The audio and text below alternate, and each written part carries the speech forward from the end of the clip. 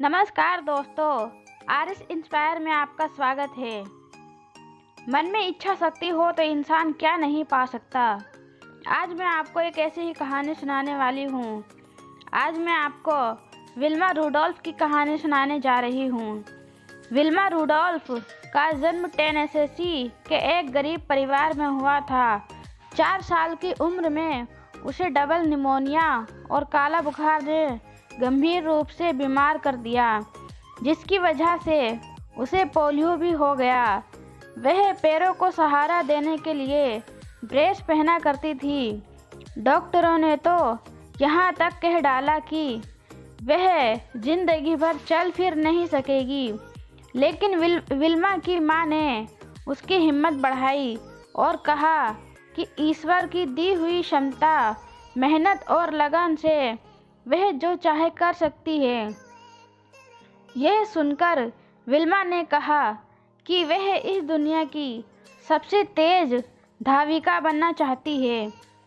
9 साल की उम्र में डॉक्टरों के मना करने के बावजूद विल्मा ने ब्रेस को उतारकर पहला कदम उठाया, जबकि डॉक्टरों ने कहा था कि वह कभी चल नहीं पाएगी।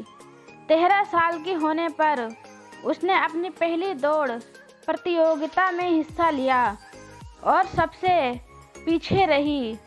उसके बाद वह दूसरी, तीसरी, चौथी दौड़ प्रतियोगिताओं में हिस्सा लेती रही और हमेशा आखिरी स्थान पर आती रही। वह तब तक कोशिश करती रही जब तक वह दिन नहीं आ गया जब वह फर्स्ट आई। 15 साल की उम्र में विल्मा टेनेसी स्टेट यूनिवर्सिटी गई, जहां एक एड टेम्पल नाम के कोच से मिली। विल्मा ने उन्हें अपनी यह ख्वाहिश बताई कि मैं दुनिया की सबसे तेज धाविका बनना चाहती हूँ।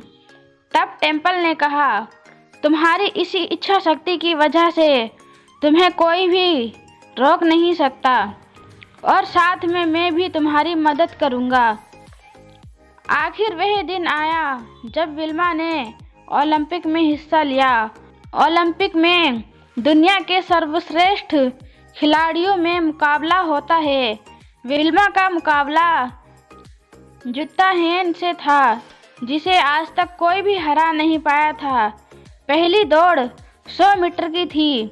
इसमें विल्मा ने जुत्ता को हराकर अपना पहला गोल्ड मेडल जीता।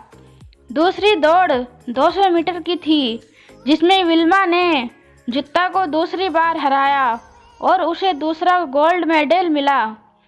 तीसरी दौड़ 400 मीटर की रिले रेस थी और विल्मा का मुकाबला एक बार फिर जुत्ता से ही था। रिले में रेस का आखिरी हिस्सा टीम का सबसे तेज एथलीट ही दौड़ता था, इसलिए विल्मा और जुत्ता दोनों को अपनी अपनी टीम के लिए दौड़ आखिरी हिस्से में दौड़ना था। विल्मा की टीम के 3 लोग रिले रेस के शुरुआती 3 हिस्से में दौड़े और आसानी से बैटन बदली।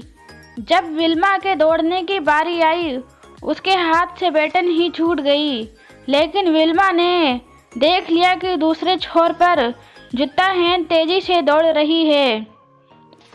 विल्मा ने गिरी हुई बैटन उठाई और मशीन की तरह ऐसी तेजी से दौड़ी कि जुत्ता को तीसरी बार भी हराया और अपना तीसरा गोल्ड मेडल जीता। यह बात इतिहास के पन्नों में दर्ज हो गई कि एक लकवाग्रस्त महिला 1960 के ओलंपिक में दुनिया की सबसे तेज धाविका बन गई।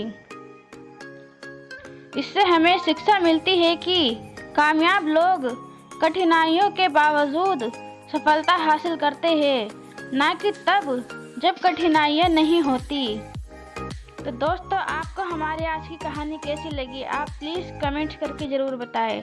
Thank you so much, love you all.